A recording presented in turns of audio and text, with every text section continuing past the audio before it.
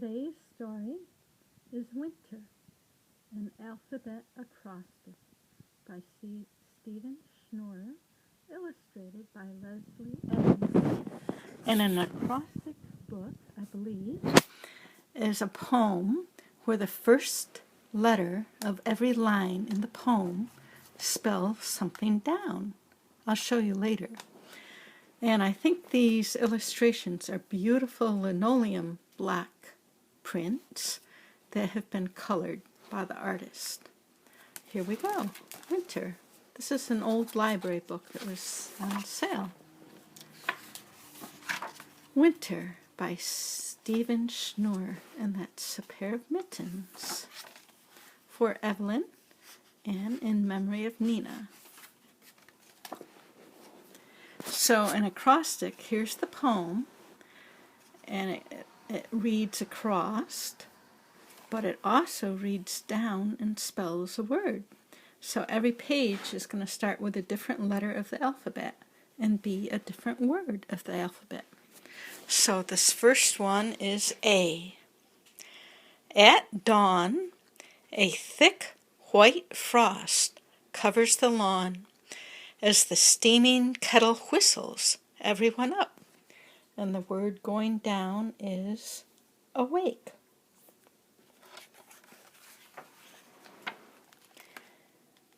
Baskets of fresh bread and muffins cool on the kitchen table in the early morning light.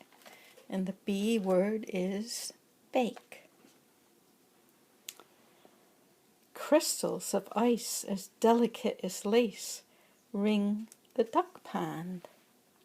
And the C word is cold. And they look like mallard ducks. The D word poem is does and fawns at the edge of the woods, eye the frozen apples remaining in the orchard. And the D word is deer. Even under caps they ache and turn red in the stinging cold. The E word is ears. They're all covered up. Flakes so light they drift upward, rise like smoke before coming to rest in the yard. The F word is flurry, and these are snowflakes. And the dog and the little girl are catching snowflakes on their tongues. Gusts of wind rattle the windows as we sit by the fire, matching puzzle pieces and eating popcorn. They are playing a game. Holly wreaths on front doors, lighted menorahs in living room windows, dinner guests, music, and gifts at year's end. Spells holiday. In the North Country, great blocks of ice lie heaped on each other to make winter homes. They made an igloo. Just as the evening lights come on, white flakes begin falling earthward, glittering like diamonds. What a beautiful picture. The word is jewel for J. Knee-deep in new snow, Dad carries a load of wood inside, thick logs for heat. Narrow sticks to get the fire started spells kindling, and even the dog has a piece of wood. Lamps glowing, ivory candles glittering, hearth fire blazing, stars twinkling. The L word is light. And the M word is midnight falls, and over rooftops and bare oak trees a narrow crescent rises. moon.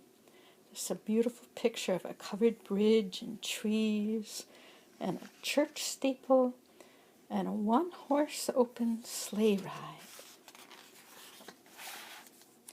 Nothing stirs all night except the wind, while deep under the snow, chipmunks and rabbits dream of winter's end. They're burrowed deep underground to keep warm. The N word is nature. There's the moon through the trees.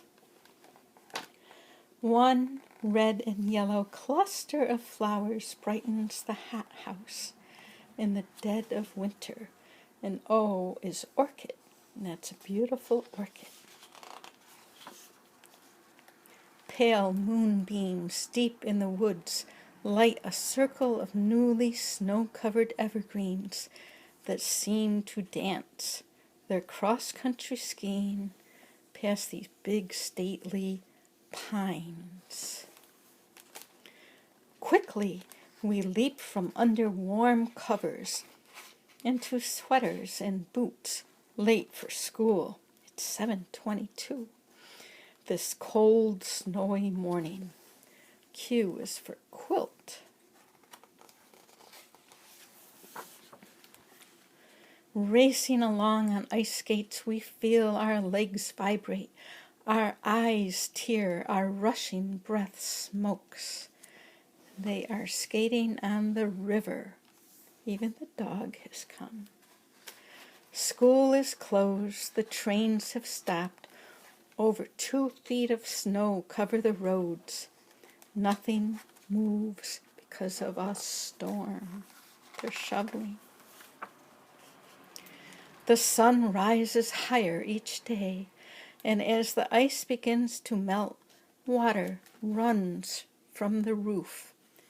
In a thaw, see the water dripping from the icicles, and the grass is showing through the snowy yard. So spring is coming. Unseen for nearly 4 months, dirt and grass begin to emerge as the snow recedes, which means goes away. There's a woodchuck popping up to see what's going on. Vats of sap boil in Uncle's backyard, slowly turning into maple syrup as we stir and taste. They're pouring hot maple syrup on the snow to make something called jack wax. And this uncle is making maple syrup from sap from the maple trees. You boil 40 pounds of sap to make 1 gallon of syrup for your pancakes. And the V word is visit. They are visiting their uncle. Warm breezes blow in from the south now that the cold, dark days of winter are ending. And the W word is wind. Xing the cloistered garden, we hear the blue jays yammer and squawk in the budding trees. Xing means crossing, and the word is cyst. I'm not sure what that means. I'll have to look it up. Yes, we've had enough of winter's white, and we long for the rich green of a new season. And the word is yearn, which means longing or wanting. They want to go outside and play.